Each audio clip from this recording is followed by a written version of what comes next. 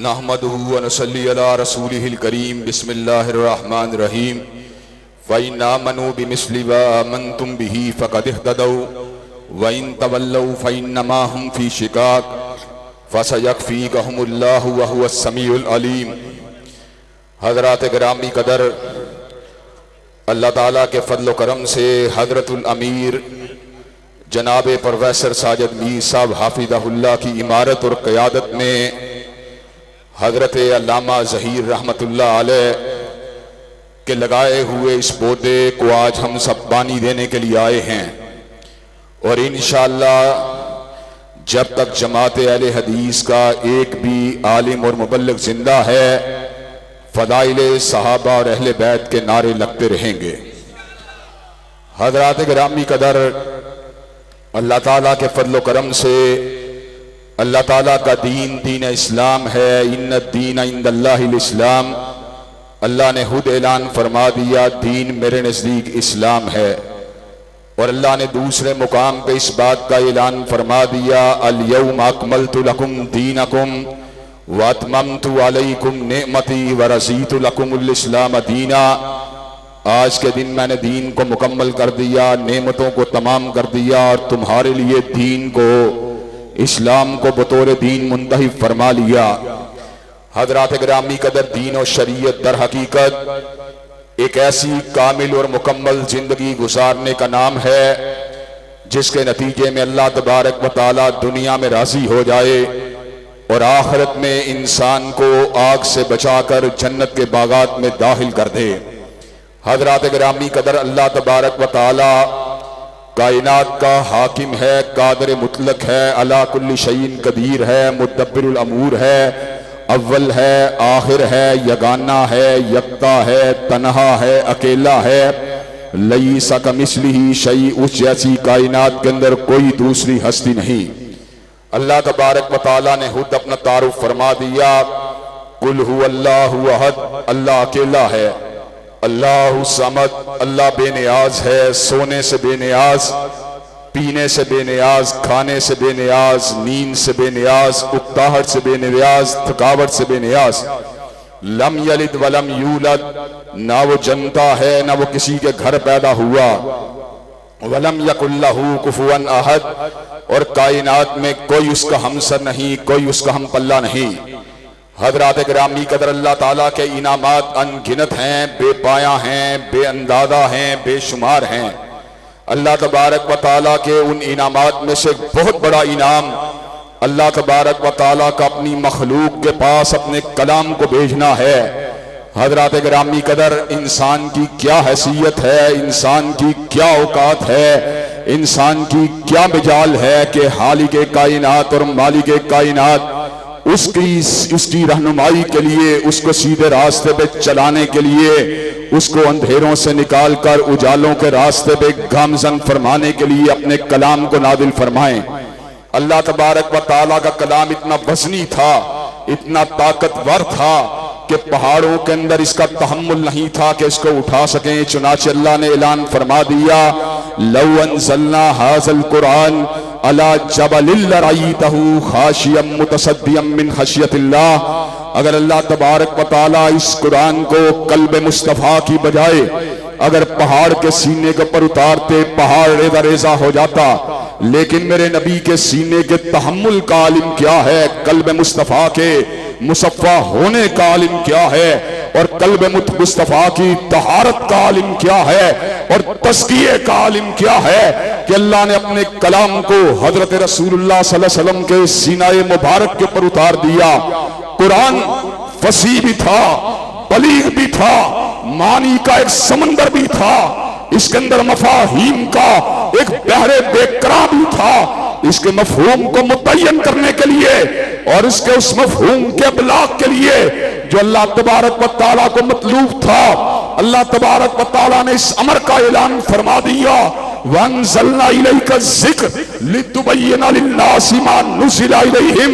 ہم نے حضور کے قلب اطہر پر قرآن کو اس لیے اتارا تاکہ آپ لوگوں کو بیان کریں جو ان کے لیے اتارا گیا۔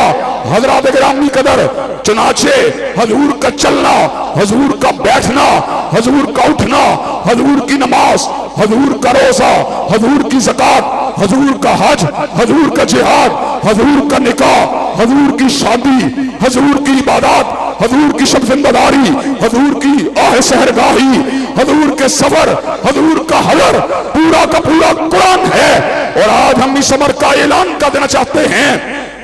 روئے زمین کے پر جتنے گروہ ہیں، اگر شیعہ ہوں وہ اپنے 12 اماموں کو قرآن ناطق مانتے ہیں، احناف ہوں وہ علماء احناف کی شرح کو قرآن کے مسائل کے اندر حرف آخر مانتے ہیں، مرزائی غلام احمد قادیانی کو قرآن ناطق مانتے ہیں، آگاہانی پرنس کریم آگاہان کو قرآن ناطق مانتے ہیں، لیکن اللہ تعالیٰ کے فضل و کرم سے اپنے امیر کی سرپرستی میں اس امر کا اعلان کرنے والا ہوں، روئے زمین کے پر آل الحدیث قرآن ناطق اگر مانتا ہے تو حسنین کے نانا کی ذات کو مانتا ہے، فاطمہ کے بابا کی ذات کو مانتا ہے۔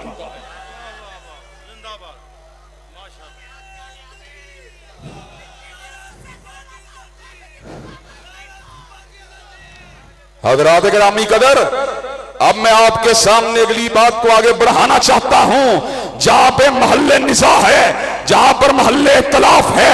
اور انشاءاللہ آج اپنے بھائیوں کی موجودگی کے اندر اس اختلاف کو بھی انشاءاللہ تحلیل کر کے جاؤں گا۔ حضرات گرامی قدر، میرا جی کرتا ہے مجھے حضور علیہ السلام کی نماز کی خبر ہونی چاہیے۔ جب میں نماز کی خبر کو معلوم کرنے کی کوشش کرتا ہوں تو مجھے عبداللہ ابن عمر حضور کی نماز کو دیکھتا ہوا نظر آتا ہے، جب میں حضور کی نماز کو سمجھنے کی کوشش کرتا ہوں تو مجھ کو مالک ابن حویرث حضور کی نماز کو کرتا ہوا دیکھتا ہوا نظر آتا ہے، جب میں حضور کی نماز کے بارے میں خبر کو حاصل کرنے کی کوشش کرتا ہوں مجھ کو وائل ابن حجر حضور کی نماز کی گواہی دیتا ہوا نظر آتا ہے۔ حضرات گرامی قدر، میرا جی کرتا ہے میں حضور کے اپنے نواسوں کے ساتھ پیار کو دیکھوں تو مجھ کو حسن و حسین دوش رسول کے سوار نظر آتے ہیں۔ حضرات گرامی قدر، میرا جی چاہتا ہے کہ میں حضور کی خلوت کی بات کو معلوم کروں، مجھے امی عائشہ حضور کی خلوت کی بات کو بتلاتی ہوئی نظر آتی ہے۔ میرا جی چاہتا ہے میں غار ثور کی تنہائیوں کے اندر حضور کے حالات کی خبر معلوم کروں، مجھے صدیق جو ہے غار ثور کے اندر حضور کے حالات کو بتلاتا ہوا نظر آتا ہے۔ میرا جی چاہتا ہے میں حضور کی جہاد کی ردات کو معلوم کروں، مجھ کو علی المرتضیٰ حضور کے ساتھ تلوار کو چلاتا ہوا نظر آتا ہے۔ اور مجھے یہ بات بتلاؤ، اگر میں حضور کے صحابہ کو نہ مانوں، اگر میں امی عائشہ کو نہ مانوں، اگر میں ابو ہریرہ کو نہ مانوں، اگر میں انس بن مالک کو نہ مانوں، اگر میں ابو سعید الخدری کو نہ مانوں، اگر میں جابر ابن عبداللہ کو نہ مانوں، اگر میں عبداللہ ابن عمر کو نہ مانوں، اگر میں عبداللہ ابن عباس کو نہ مانوں، اگر میں عبداللہ ابن عمر بن العاص کو نہ مانوں، تو مجھے بتلاؤ میں حضور کی سیرت کو کہاں سے دیکھوں؟ حضرات گرامی قدر، اگر میں نے حضور کی تصویر حسن تصویر پر جمال اور پر جلال کو دیکھنا ہے تو مجھے صحابہ کی نگاہوں کی ضرورت ہے، ان کی گواہیوں کی ضرورت ہے، ان کے اقوال کی ضرورت ہے، ان کی شہادت بینات کی ضرورت ہے۔ حضرات گرامی قدر، آج سے کچھ سال قبل سماعت ٹی وی کے زیر اہتمام لاہور کے ایک بڑے شادی حال مغل اعظم کے اندر ایک پروگرام ہوا جس کے اندر شیعہ احباب بھی موجود تھے اور آپ کا یہ گناہگار بیٹا بھی موجود تھا۔ مولانا ریاض حسین نجفی شیعہ مکتب فکر کی نمائندگی کر رہے تھے، انہوں نے اس موقع پہ یہ بات کہی، ہمارا دستور یہ ہے ہم حضور علیہ السلام کے گھر کی بات کرتے ہیں، چنانچہ گھر کی گواہی یاروں کے مقابلے میں اعلیٰ ہوتی ہے۔ حضرات گرامی قدر، پنجاب یونیورسٹی کے طالب علموں نے ایسے عالم کے اندر مولانا کی بات کو سن کے کلیپنگ کی۔ حضرات گرامی قدر، مجھے مائک کو تھمایا گیا، ایسے موقع کے پر میں نے جواب دیا، حضور کی زندگی کے حصے دو ہیں، ایک حصہ وہ ہے جو حضور نے گھر میں گزارا ہے، اگر گھر کی بات ہوگی تو امہات المومنین اور اہل بیت اعظام کی بات کو حجت اور دلیل مانا جائے گا، اور گھر سے باہر کی بات ہوگی تو صحابہ کرام کی گواہی کو حجت مانا جائے گا۔ حضرات گرامی قدر، حضور کی زندگی کی کامل تصویر کو معلوم کرنے کے لیے اہل بیت کے ساتھ صحابہ کرام رضوان اللہ علیہ مجمعین کی گواہیوں کو شامل کرنا پڑے گا۔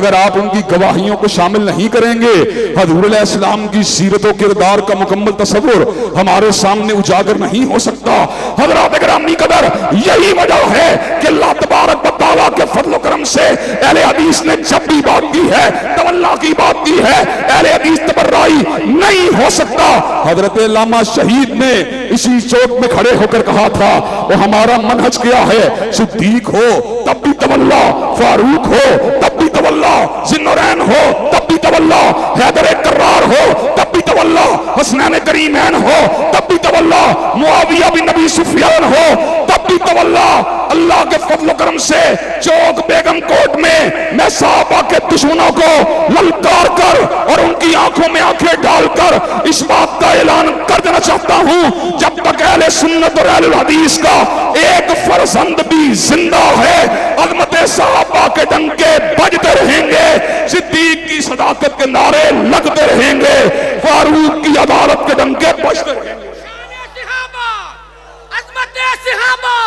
رفعت صحابہ,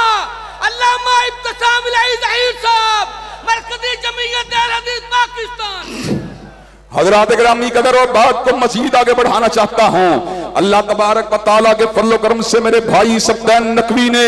یہ بات علی وجہ البصیرت کہی ہے. اہل حدیث اور حقیقی اہل حدیث وہی ہوتا ہے جس کو اہل بیت سے پیار ہو, جس کو سیدنا علی المرتضیٰ سے پیار ہو, جس کو سیدہ فاطمہ الزہرا سے پیار ہو, جس کو سیدنا حسنین کریمین سے پیار ہو, جس کو اولاد علی سے پیار ہو. حضرات گرامی قدر اہل الحدیث کا ایک ایک بچہ اور ایک ایک فرزند اللہ تعالیٰ کے فضل و کرم سے اہل الحدیث کا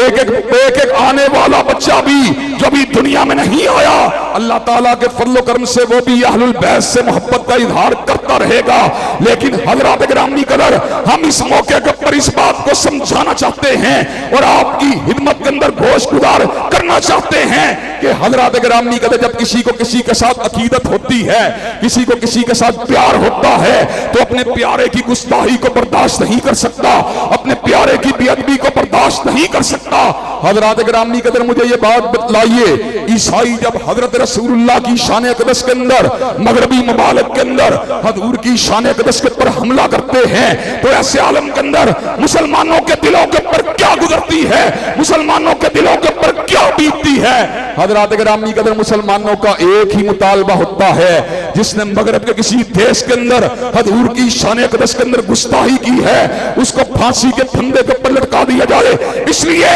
کہ بین المذاہب ہم آہنگی کو حضور کی عزت اور ناموس کے بغیر برقرار نہیں رکھا جا سکتا. اسی طرح ہم یہ بات بھی بتلا دینا چاہتے ہیں, اگر تم ملک کے اندر بین المسالک ہم آہنگی چاہتے ہو تو جہاں پر سیدنا علی المرتضیٰ, جہاں پر سیدنا حسنین کریمین, جہاں پر سیدہ فاطمہ الزہرا کی عزت کے پر سمجھوتا نہیں ہو سکتا, وہاں پر ابو بکر و عمر عثمان و علی اور سیدہ عائشہ کی عظمت اور عزت کے پر بھی سمجھوتا ہو سکتا. حضرات گرامی قدر اور آج اللہ تعالیٰ کے فضل و کرم سے میں یہ بات بتلا دینا چاہتا ہوں کہ ہماری اس حریت نے, ہماری اس حق پرستی نے اور ہماری اہل بیت اعظام اور صحابہ کرام رضوان اللہ علیہ مجمعین کے ساتھ وابستگی نے ملک کے اندر اللہ تعالیٰ کے فضل و کرم سے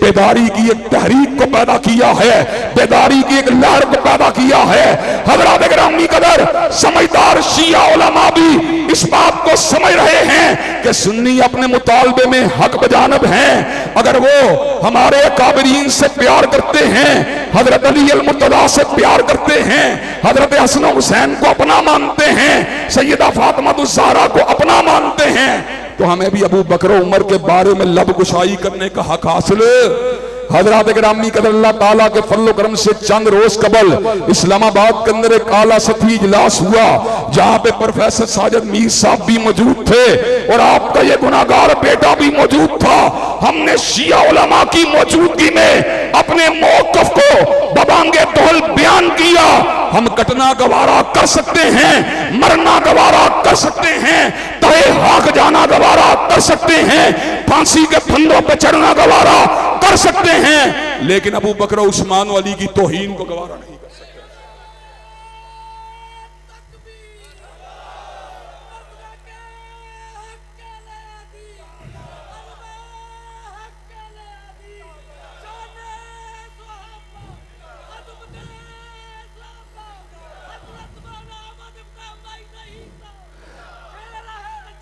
حضرات گرامی قدر اور آپ کی خدمت کے اندر میں اس بات کو بھی رکھ دینا چاہتا ہوں، اللہ تبارک و تعالیٰ کے فضل و کرم سے ہم اس موقف کے اندر کوئی ہرجائی نہیں ہیں، ہم اس موقف کے اندر کوئی بے وفائی کرنے کے لیے تیار نہیں ہیں، ہم اس موقف کے پر رہتے ہوئے نہ جھکنے کے لیے تیار ہیں نہ بکنے کے لیے تیار ہیں۔ اللہ تعالیٰ کے فضل و کرم سے ابھی کوئی پھانسی کا بندہ ایسا تیار نہیں ہوا جس کے پر چڑھنے سے شہید ملت کا یہ بیٹا گھبرا جائے۔ ابھی دنیا کے اندر کوئی کرنسی ایسی ایجاد نہیں ہوئی جس سے ہمارے ضمیروں کا سودا کیا جا سکے۔ حضرات گرامی قدر، دنیا والوں کی لڑائیاں دنیا والوں کے لیے ہیں، کسی کی لڑائی جاگیر کی وجہ سے، کسی کی لڑائی سرمایہ کی وجہ سے، کسی کی لڑائی چودراہٹ کی وجہ سے، کسی کی لڑائی سرداری کی وجہ سے، اور ہماری لڑائی ہے تو عظمت صحابہ کی وجہ سے۔ حضرات گرامی قدر، تو مجھے یہ بات بتلائیے، آپ عظمت صحابہ کے جھنڈے کو اٹھانے کے لیے تیار ہیں؟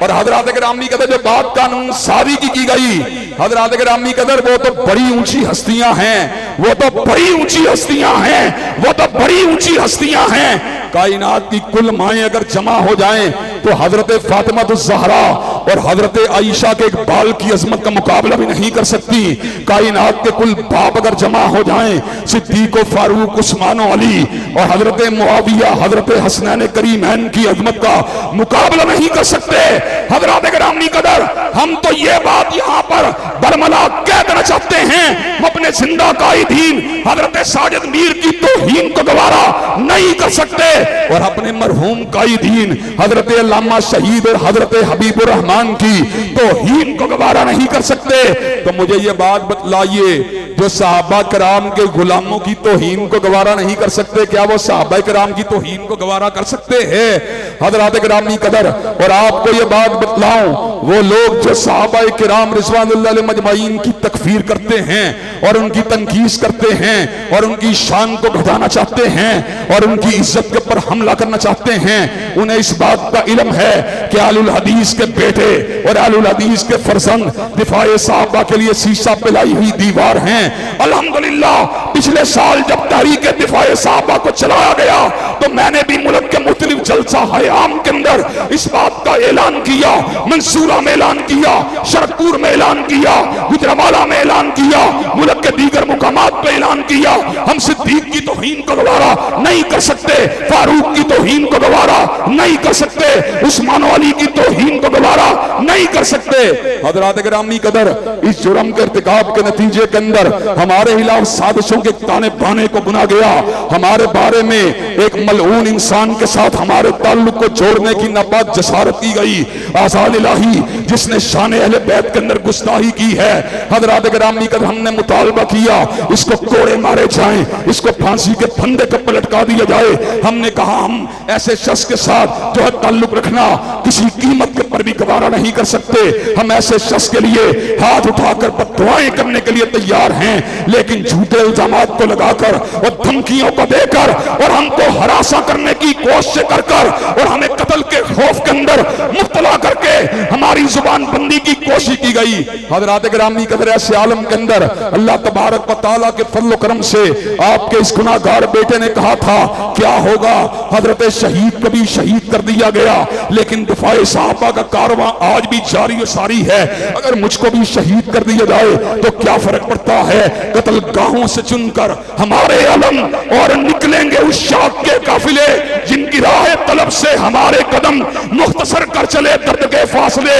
حضرات گرامی قدر، انشاءاللہ زندگی کی آنے والی جتنی سانسیں ہیں وہ دفاع صحابہ کی امانت ہیں۔ اور حضرات گرامی قدر، آج ظلم کا عالم یہ ہے، اللہ تبارک و تعالیٰ کے فضل و کرم سے اعتدال کے ساتھ، دلائل کے ساتھ، براہین کے ساتھ بات کرتے ہیں، لیکن زبان بندی کے آرڈر ہیں، فلاں ضلع میں نہیں جا سکتے، فلاں ضلع میں نہیں جا سکتے، فلاں ضلع میں نہیں جا سکتے۔ حضرات گرامی قدر، آج ہم اس امر کا اعلان کر دینا چاہتے ہیں، متائے لوح قلم چھن گئی تو کیا غم ہے کہ خون دل میں ڈبولی ہیں انگلیاں میں نے، اور لبوں پہ مور ہے تو کیا کہ رکھ دی ہے ہر حلقہ زنجیر میں زباں میں نے۔ حضرات گرامی قدر، یہ زندگی کیا ہے، انا صلاتی و نسکی و محیایا و مماتی للہ رب العالمین۔ بے شک ہمارا جینا، بے شک ہمارا مرنا، بے شک ہماری نمازیں، بے شک ہماری قربانیاں اللہ رب العالمین کے لیے ہیں۔ اور حضرات گرامی قدر اللہ رب العالمین سے پیار کا اظہار تو آپ قاری عبد المتین اصغر صاحب کی رحلت کی شکل کے اندر بھی دیکھ چکے ہیں۔ حضرات گرامی قدر قاری القرآن نے صحابہ کرام کا دفاع کرتے کرتے اسی اسٹیج کے پر جان کو نچھاور کر دیا۔ حضرات گرامی قدر آج ہم اس چوک میں کھڑے ہو کر اس بات کا اعلان برملا طور پہ کر دینا چاہتے ہیں، سیدین شہیدین کے بیٹے ہیں، کالا پانی کی صداؤں کو کاٹنے والوں کے بیٹے ہیں، احمد اللہ کے بیٹے ہیں، جعفر تھانیسری کے بیٹے ہیں، علامہ شہید کے بیٹے ہیں، حبیب الرحمان کے بیٹے ہیں، محمد حسین کے بیٹے ہیں، حافظ عبداللہ کے بیٹے ہیں۔ اور جب تک زندہ رہیں گے عظمت صحابہ کا پھریرا لہراتے رہیں گے اور اپنے اسلاف کی روایات کو پلٹاتے رہیں گے۔ نعرہ تکبیر اور جیوے جیوے علامہ جیوے جیوے جیوے نعرہ تکبیر۔ حضرات گرامی قدر آپ مجھے یہ بات بتلائیے کہ آپ دفاع صحابہ کے کارواں کے لیے علم کے ساتھ، استدلال کے ساتھ، دلائل کے ساتھ، براہین کے ساتھ دستوری اور قانونی جنگ لڑنے کے لیے تیار ہیں انشاءاللہ؟